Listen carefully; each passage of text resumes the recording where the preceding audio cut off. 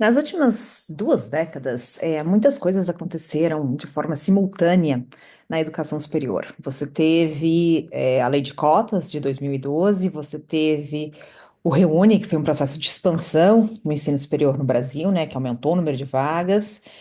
E especificamente ali na Universidade de Brasília, o ReUni ele teve um caráter de dispersão geográfica, porque ela aumentou o número de vagas, mas ao mesmo tempo um pouco dissociado do Reúne, porque foi um pouco anterior, assim, já em 2006 ela já estava construindo esses novos campi, né? A UNB começou a construir, a sair um pouco do plano piloto, né? Ela construiu o campus do Gama, o campus da Ceilândia e o campus de Planaltina. E esses campos, desculpa, eles têm um caráter mais especializado, né? O campus do Gama é voltado para as engenharias, Ceilândia voltado para ciências da saúde, e Planaltina tem um perfil aí bastante diferenciado, com cursos muito ligados, por exemplo, para sustentabilidade, para o agronegócio, tem educação do campo, tem um perfil bastante interessante ali, né?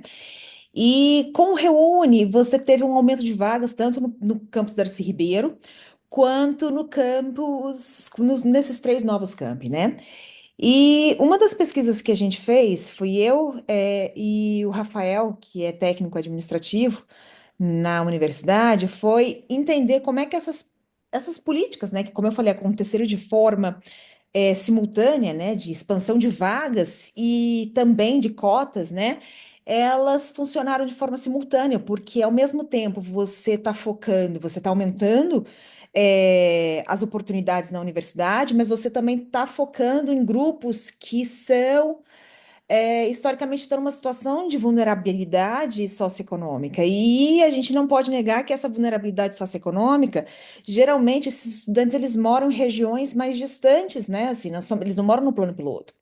Então, eu trouxe aqui um primeiro gráfico, um primeiro mapa para vocês, né? Que eram os ingressantes.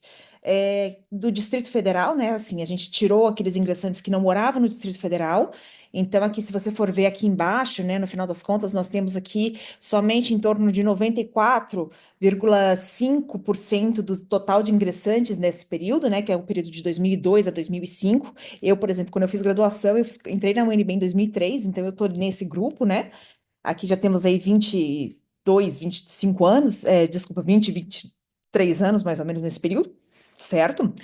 E aí a gente vê uma grande concentração do pessoal aqui no plano piloto, essa grande bola aqui, né? A maior parte dos alunos vindo realmente do plano tipo piloto. Você vai ter um pessoal que vem do Sudoeste, você vai ter um pessoal que vem aqui de Taguatinga, né? Mas você vê que o grande foco mesmo, o grosso dos ingressantes realmente vem aqui da Asa Sul, né? No final das contas, Asa Norte, né?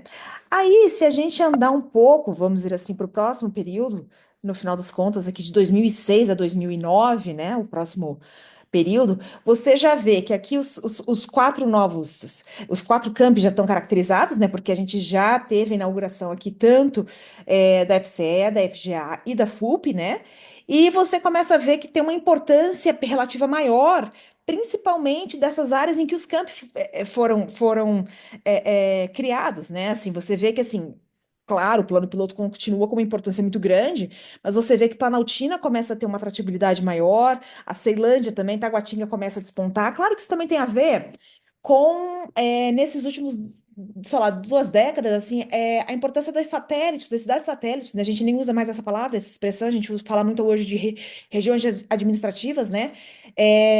Você, sei lá, ao longo dos anos, né, assim, você acabou. é, é, ocorrendo um enriquecimento dessas regiões, né? Assim, você vai ter uma grande classe média aí que está morando em muitas dessas regiões, né? Algumas dessas regiões, inclusive, também começaram a despontar como regiões de renda mais alta, né? Assim, ou seja, você começou a ter uma dispersão da renda também no Distrito Federal. Então, você vai ter essa desconcentração também por causa disso, no final das contas. Continuamos mais ou menos com 94% também ou seja, mais ou menos 5, 6% dos estudantes de Brasília, da UNB, eles vêm de fora do Distrito Federal, certo? Aí se a gente andar mais um pouquinho, o Reúne aqui já está começando a surgir, porque o Reúne mais ou menos, as primeiras vagas vão ser mais ou menos nesse período de 2010, 2012, e a gente vê que as bolinhas aqui estão crescendo, assim, a importância continua ainda, né, assim, do plano piloto, mas a gente vê que realmente, principalmente a região ali, Ceilândia, Taguatinga começa a crescer, o Gama começa a aparecer aqui, Planaltina começa a crescer, certo? E no final a gente vê que realmente a gente parece ter aqui, a nossa análise apareceu, minha análise com o Rafael parou aqui em 2015, o artigo, os dados foram até mais ou menos essa época, né? Mas a gente vê que no final das contas, a importância relativa, por mais que a gente ainda tenha muitos alunos do plano piloto, mas a importância é relativa, se a gente comparar principalmente com o primeiro período, que as bolinhas das outras regiões administrativas eram pequenininhas, a importância é relativa aqui, ela é muito maior para as outras regiões administrativas, ou seja, realmente a UNB passou por um processo de desconcentração, que, claro, a gente não pode colocar uma única causa, tem a ver com a lei de cotas, tem a ver com a própria aumento da riqueza em regiões administrativas não centrais, tem a ver com o processo do Reúne, porque aumentou o número de vagas da universidade, aumentou o número de vagas nos campi, que não são o Darcy Ribeiro, vai ter, no final das contas, várias facetas esse processo.